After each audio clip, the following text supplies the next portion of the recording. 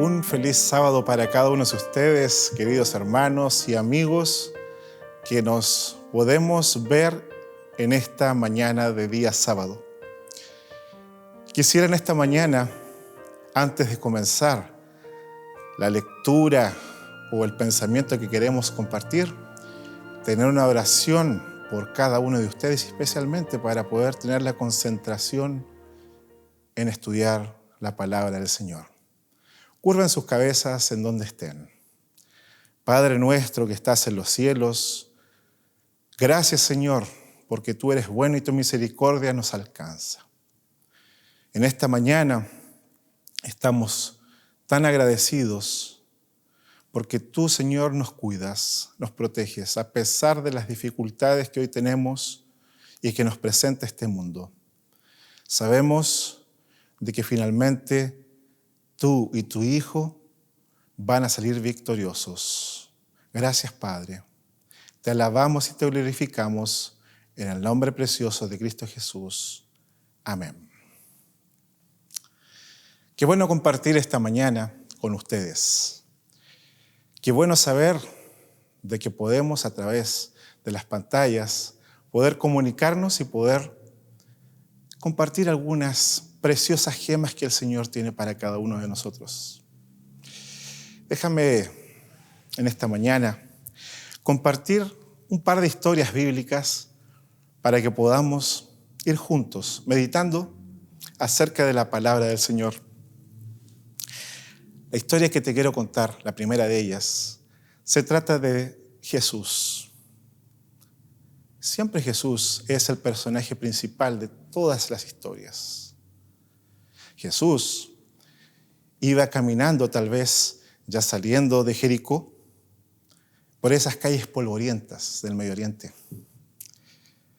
cuando de repente siente gritos y casi alaridos de dos personajes que tal vez estaban al lado de un camino, tal vez estaban ahí en la vereda o donde estuviesen, pero ellos estaban gritando y gritaban fuerte. Gritaban de tal manera así como el ciego Bartimeo, y las personas tal vez los hacían callar. ¿Dónde encontramos esta historia? La encontramos en el Evangelio según San Mateo, capítulo 9, versículos 27 al 31. Por favor, busca en tu Biblia ahí donde estás.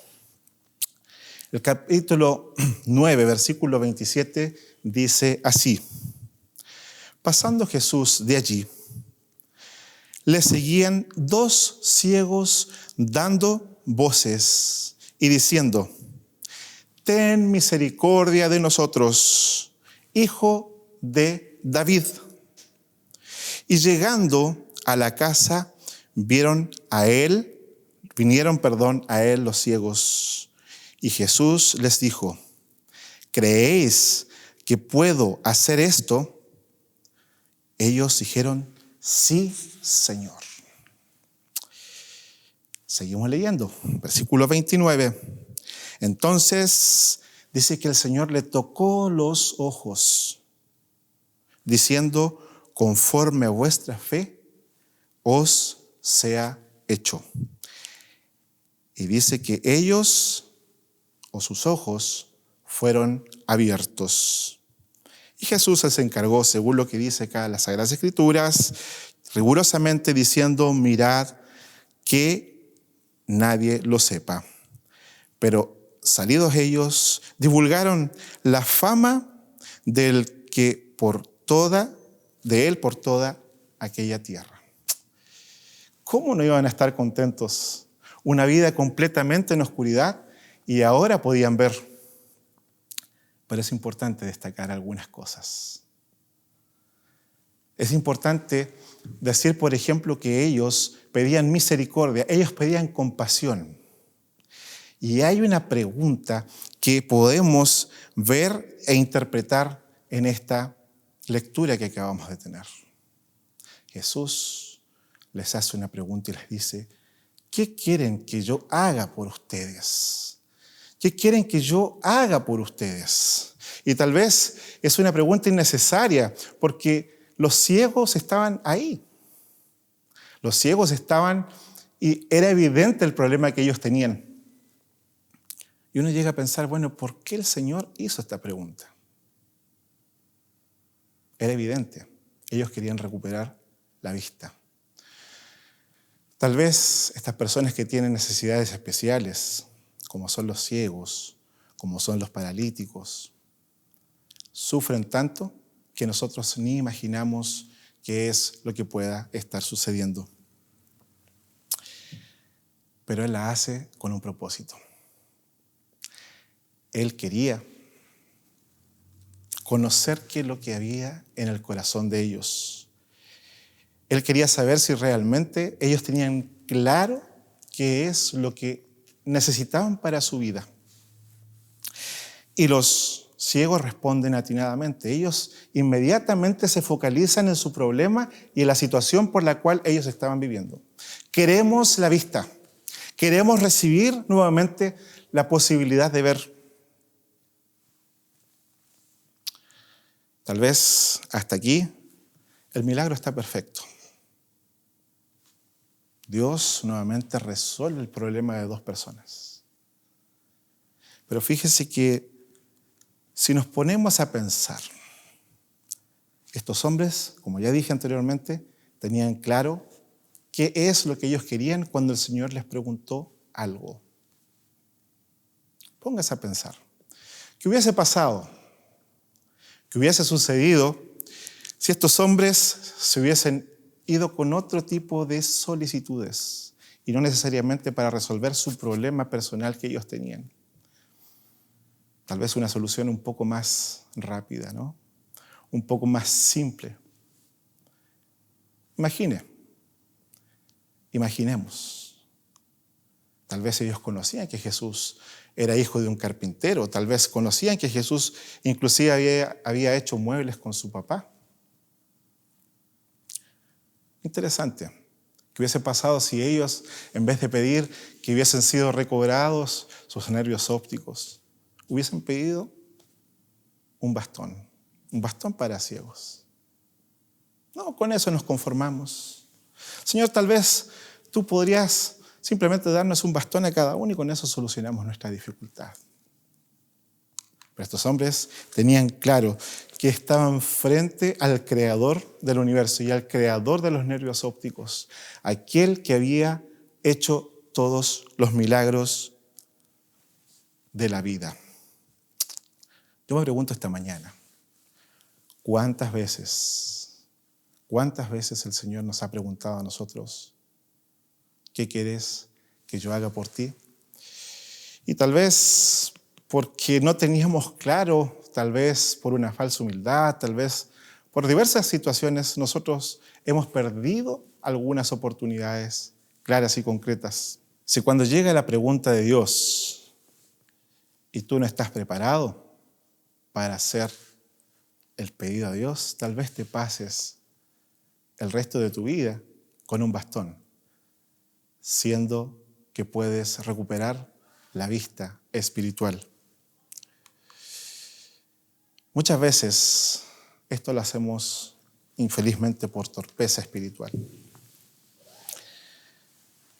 Es triste a veces decirlo, pero en vez de querer sanar nuestra parálisis espiritual, pedimos simplemente muletas espirituales, cuando el Señor puede darnos hasta inclusive piernas nuevas. El Señor es tremendamente grande. Déjame compartir contigo también lo que dice en Salmos 37, versículos, puedes buscar también en tu Biblia, versículo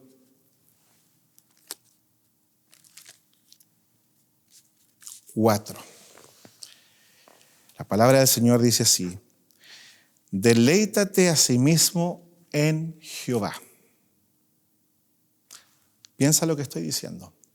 Alégrate a sí mismo en Jehová. Y Él te concederá, dice aquí la palabra de Dios, las peticiones de tu corazón. Es decir, Dios está pendiente de lo que tú deseas, ¿sí? De las cosas que a ti te agradan como las que no te agradan. Y a través de las cosas que tú tengas, a través de las cosas que tú manifiestes, cuando Él te haga la pregunta, ¿qué quieres que haga contigo? Por esas cosas Dios te va a dar muchas enseñanzas. Por ejemplo, para los que no son casados, ¿qué tipo de matrimonio quieres tener? ¿Qué tipo de hijos, una vez casado, quieres formar? O tal vez, para los que están eligiendo una profesión, ¿qué tipo de profesión yo quiero seguir? Serían algunas de las cosas para responder. O hacia dónde yo voy con mi familia. Sabes, nosotros como cristianos necesitamos tener una vida con propósito, tal como lo dice en este caso también el libro de Rick Warren, Una vida con propósito. Déjame leerte una pequeña porción de este libro de la página 13. Sin un propósito claro, seguirás cambiando de dirección, de trabajo, de relaciones, de iglesia y muchas otras cosas, esperando que cada cambio pueda resolver la confusión o llenar el vacío de tu corazón. Sigo leyendo para que podamos comprender.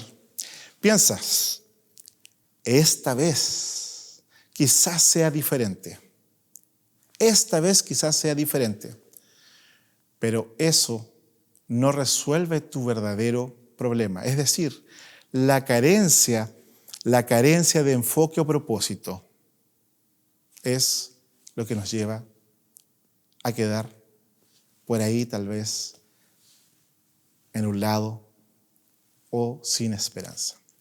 La Biblia también nos dice en Efesios 5:17, no seamos insensatos, lo dice también el libro, sino entiendan cuál es la voluntad de Dios. Es decir, si lo llevamos a un término climático,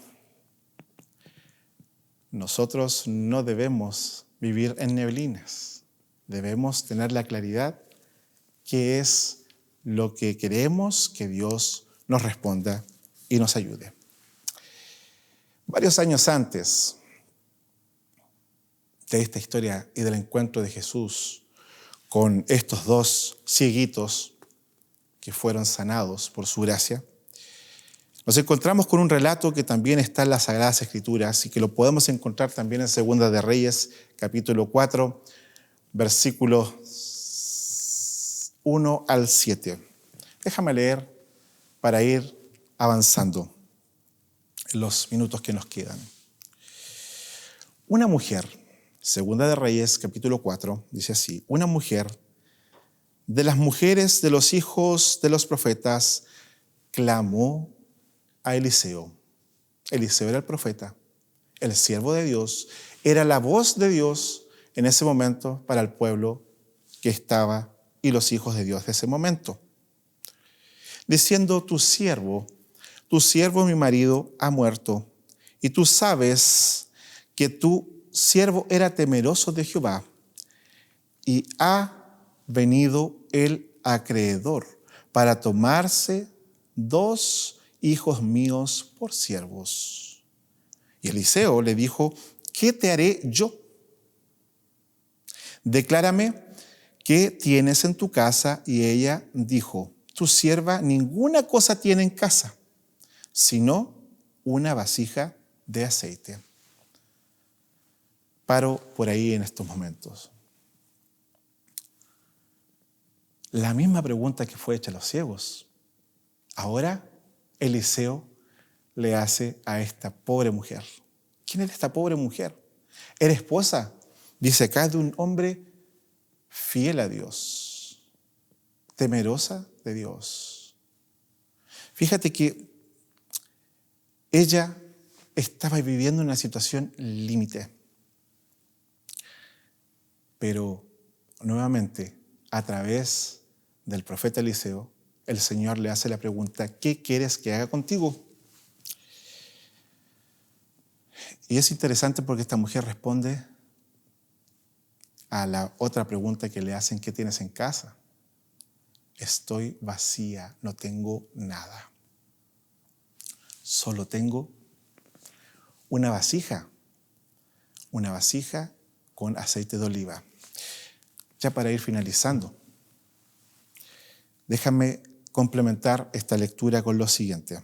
Y él le dijo, ve y pide para ti vasijas prestadas de todos tus vecinos, vasijas vacías, no pocas. Entra luego y enciérrate con tus hijos y echa en todas las vasijas, y cuando una esté llena, ponla aparte. Y se fue la mujer y cerró las puertas detrás de ella, y vino y se encerró con sus hijos. Y traían las vasijas y ella echaba el aceite. Cuando las vasijas estuvieron llenas, dijo a un hijo suyo, traedme aún otras vasijas. Y él dijo, no hay más vasijas. Entonces cesó el aceite, vino ella luego y lo contó al varón de Dios, el cual dijo, vete y vende el aceite y paga tus acreedores, y tú y tus hijos vivid con lo que os quede. Hay por lo menos 5 lecciones rápidamente que podemos sacar. Ante la pregunta y ante la ansiedad de esta mujer, el profeta jamás le reveló la voluntad o lo que Dios iba a hacer con ella. Segundo, el profeta le dice claramente qué es lo que tiene que hacer. Tercero, la solidaridad de los hermanos y de los amigos. Dios bendice a sus hijos. Grábate eso. A Dios jamás se le acabó el aceite. A la mujer se le acabaron las vasijas. Y por último, la abundancia de bendiciones de Dios nunca se acaba. ¿Por qué presento esto? Para que no se nos olvide nunca que ante la pregunta que Dios nos puede hacer en estos momentos, cuando estamos viviendo en situaciones límites, Dios puede tener la solución a todas las dificultades. Fíjate que Salmos capítulo 2, versículo 8 nos dice así, para que nos demos cuenta cuán grande es Dios, cuán grande es y qué es lo que hace por nosotros. El Señor nos dice en Salmos capítulo 2, versículo 8, pídeme y te daré por herencia las naciones y como posesión tuya los confines de la tierra. Tenemos un Dios grande. Por lo tanto, cuando nosotros hagamos el inventario de nuestras necesidades, cuando tengamos claro qué es lo que le vamos a pedir a Dios, para cuando tengamos que responder la pregunta, ¿qué quieres que haga por ti, contigo? No nos olvidemos que Dios es grande. Y finalizo con el último versículo de esta mañana. Hebreos capítulo 4, versículo 16.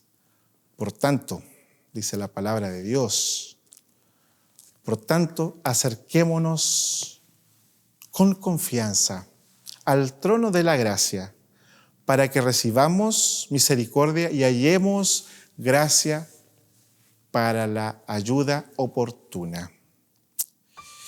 Mi querido hermano, mi querida hermana, hoy estamos viviendo situaciones al límite. Tal vez tenemos algunos hermanos enfermos. Tal vez tenemos algunos hermanos con desesperanza. Tal vez tenemos algunos amigos que están desesperados.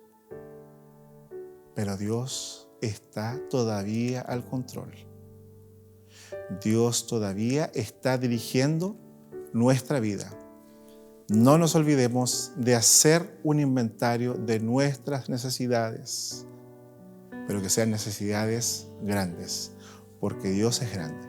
Y no te olvides que Dios va a concederlas, porque Él es grande. Que el Señor te bendiga y te ayude.